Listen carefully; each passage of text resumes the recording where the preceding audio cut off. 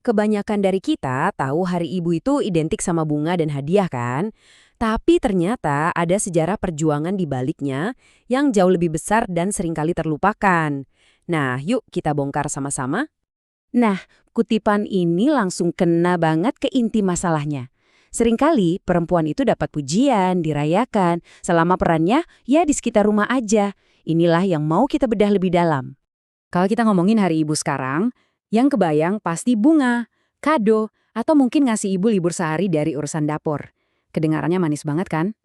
Tapi tunggu dulu. Di balik semua yang manis-manis itu, perayaan modern ini yang sebenarnya mirip banget sama Mother's Day di negara-negara barat, tanpa sadar malah bisa mengunci perempuan di peran domestik.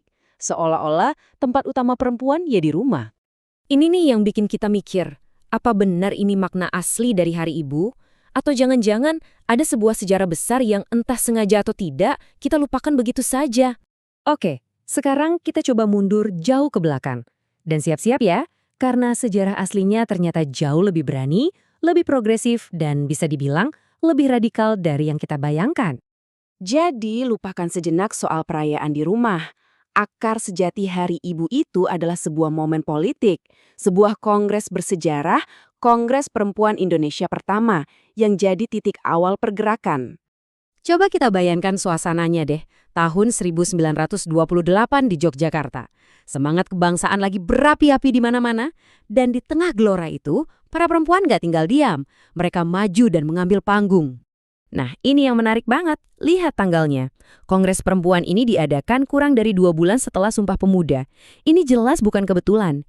Ini adalah sebuah pernyataan sikap. Seolah-olah mereka bilang, "Hey, perjuangan ini juga perjuangan kami."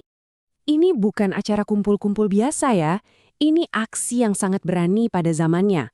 Bayangkan puluhan organisasi perempuan dari berbagai daerah, berbagai latar belakang bisa bersatu di bawah satu tujuan, membebaskan perempuan dari penindasan. Terus apa sih yang mereka suarakan? Apa aja tuntutan para perempuan pelopor ini? Agenda mereka, jujur aja, bahkan untuk standar sekarang pun luar biasa visioner. Lihat daftarnya.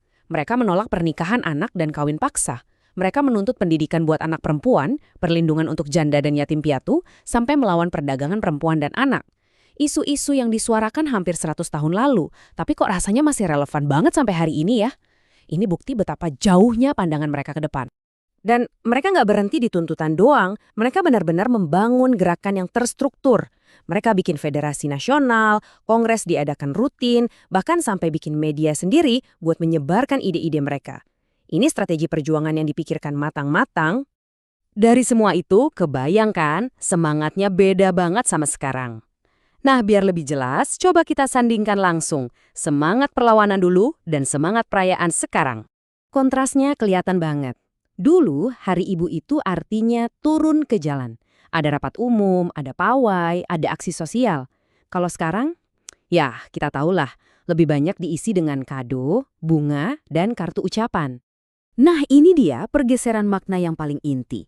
Dulu, perempuan dilihat sebagai subjek politik, sebagai pejuang yang solid.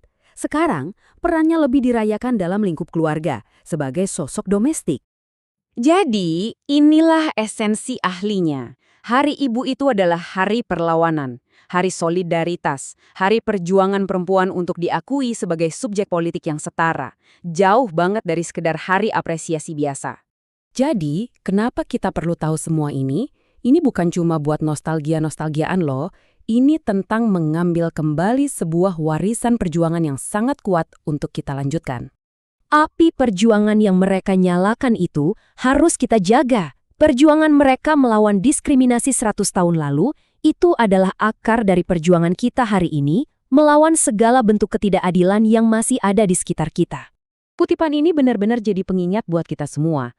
Ada sebuah tradisi perjuangan yang luar biasa yang sudah diletakkan oleh para pendahulu kita. Tugas kita sekarang adalah untuk tidak meremehkannya, dan yang paling penting, jangan sampai melupakannya. Dan pada akhirnya, pertanyaannya kembali ke kita semua. Dengan mengetahui sejarah aslinya, bagaimana cara kita melanjutkan semangat perlawanan dan solidaritas ini di zaman sekarang? Selamat Hari Pergerakan Perempuan Indonesia.